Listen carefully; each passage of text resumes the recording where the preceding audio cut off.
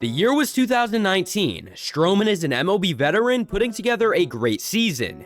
While he had experience, he was still a very young player, one who brought energy, but he also brought drama.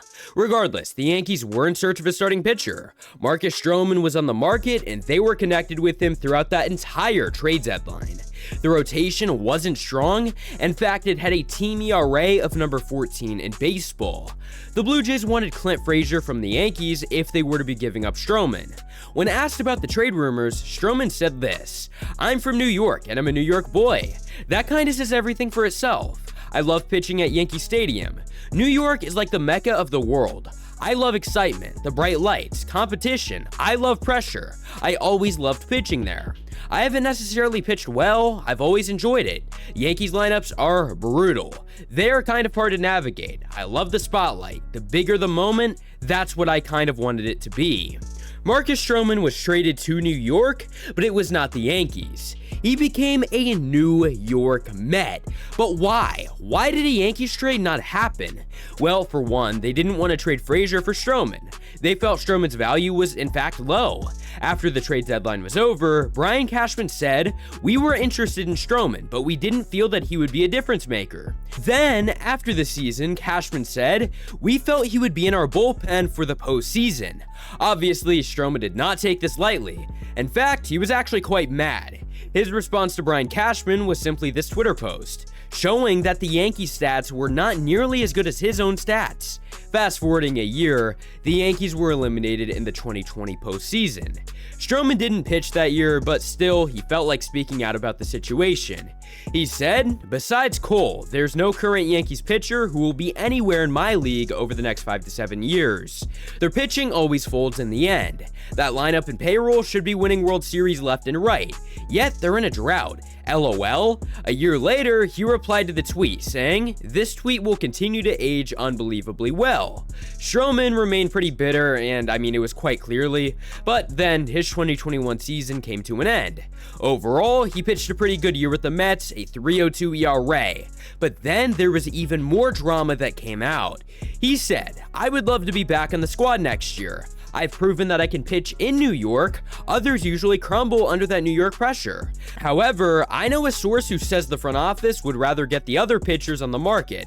I'm going to dominate wherever I go." From calling out the front office the Mets to calling out New York City, Stroman just went off. He said, "Endless death threats, being called an N-word often, hearing that black lives don't matter and playing in front of a front office who didn't care about any of that. Still dealt on the mound through all of that."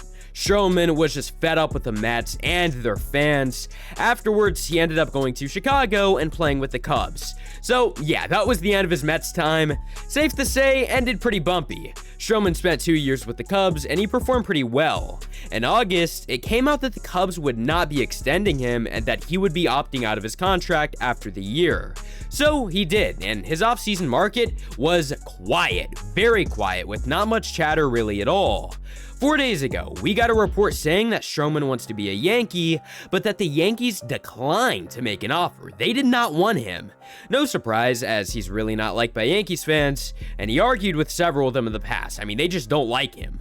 But then we start to see the Yankees pivoting to Stroman, showing serious interest. And you see, it all got to this point for a few reasons. The Yankees missed out on Yamamoto about a month ago. He was their plan A. That was the man that they wanted. After missing out on him, New York was forced to go ahead and look elsewhere.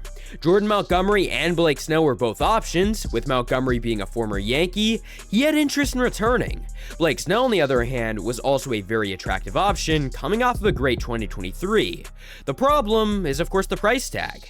Two veterans who are each asking for loads and loads of money.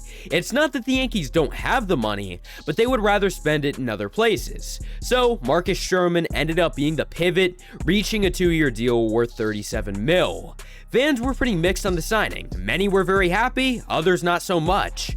But one clear message has been sent. If Stroman pitches well in the Bronx, he will be loved. If he struggles, he will be ran out of the Bronx. He's a competitive player, and he has very big expectations for year one.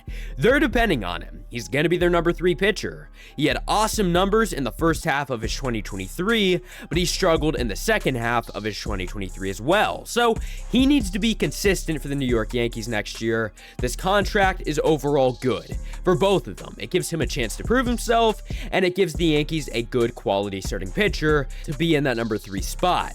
It gives them a lot of financial freedom, which is something that I really like for the Yankees. Reports have said so far that they would love to go ahead and add to the team, specifically to the bullpen. They have options, and I would imagine that Josh Hader would be the number 1 guy that they would likely want. If they signed Hader, and their offseason additions in total end up being Soto, Hader, Verdugo, Stroman, and Grisham, I would say it's a pretty solid offseason for New York. The only thing that I'm currently worried about is Carlos Rodon, an injury machine in 2023, struggling as a whole. But if he's healthy all of next year, he could wind up being a great Yankee in 2024. What do you guys think about the Stroman signing? In fact, what do you think about the Yankees offseason? I hope you guys enjoyed. Subscribe if you haven't already, and peace out.